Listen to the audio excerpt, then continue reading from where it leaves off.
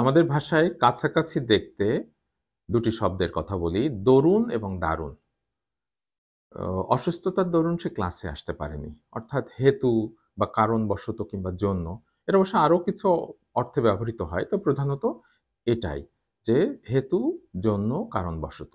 বাক্য বলেছে কি? অসুস্থতার দরুন সে ক্লাসে আসতে পারেনি। আরেকটি শব্দ আছে দারুণ। ভীষণ, অত্যন্ত, তীব্র ইত্যাদি। তো এই যে আমি লাল কালি দিয়ে আন্ডারলাইন করে রেখেছি। আপনারা দেখে রাখুন এবং আপনাদের ভাবনাটি ভেবে রাখুন।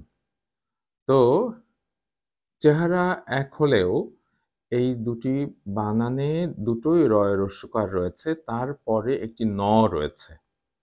২ জায়গায় ২ রকম ন ব্যবহৃত হবে। একটিতে দন্ত ন, একটিতে মূর্ধন্য ন। তো এই কারণটা যদি আমরা না জানি তাহলে আমাদের মনে থাকবে না অথবা কারণটা আসলে আমাদের জানাও দরকার। তাহলে কারণটা আমি বলি যে দরুন অর্থাৎ কারণবশত জন্য এটিতে দন্ত ন। কারণ হচ্ছে দরুন ফার্সি শব্দ। আমরা জানি যে বিদেশি কোনো শব্দে নত্যবিধান প্রযোজ্য হয় না। তো অসুস্থতার দরুন সে ক্লাসে আসেনি। এই দরুনটি হবে দন্ত ন। উপরে যেটা মূর্ধন্য হবে না, দন্ত ন হবে। আরেকটি শব্দ দারুণ।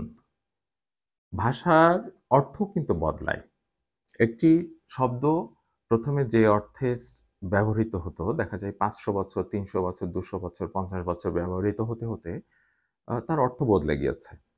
তো আমরা এই দারুণ শব্দটি কিভাবে এসেছে, তার কেউ ব্যাখ্যা দিচ্ছেন যে দারু কথাটি থেকে এসেছে দারুণ। দারু থেকে এসেছে দারুণ। তো দারু শব্দের অর্থ হচ্ছে কাঠ। তো কাঠ দিয়ে হয়তো নির্মিত কোনো অস্ত্র, কোনো আসবাব বা খুব শক্ত কোনো জিনিস, সেখান থেকে এসেছে দারুণ। কাঠ দিয়ে বানানো হয়েছে সেটা খুব শক্তপোক্ত, সুন্দর। এই অর্থটাই হয়তো একসময় ছিল বলে ভাষাতাত্ত্বিকেরা বলছেন। তাহলে সেটির অর্থ কিন্তু এখন বদলে গিয়েছে। এখন আমরা দারুণ বলতে বুঝি ভীষণ, অতিশয়, প্রবল, তীব্র। এটি ইতিবাচক অর্থেও ব্যবহৃত হয় আবার নেতিবাচক অর্থেও অ ব্যবহৃত হয়। যেমন ফুলের বাগানটি দারুণ সুন্দর আমরা বলছি। তাহলে ভীষণ বা খুব সুন্দর। আবার দারুণ গরম পড়েছে নেতিবাচক অর্থে। আবার আমরা শুধু কখনো বলি দারুণ লাগছে। এটা অবশ্য অনেকে বলছেন যে এটি অপপ্রয়োগ। শুধু দারুণ বলা ঠিক নয়। দারুণ সুন্দর আ বা এর সঙ্গে আরো কিছু যুক্ত করা। তবে এটি মৌখিক ভাষায় অনেকে ব্যবহার করেন। তাহলে আমার বক্তব্য কি? দরুন যেহেতু ফার্সি শব্দ, বিদেশি শব্দ, তাই মূর্ধন্য হবে না, এটি হবে না, হবে দন্ত ন।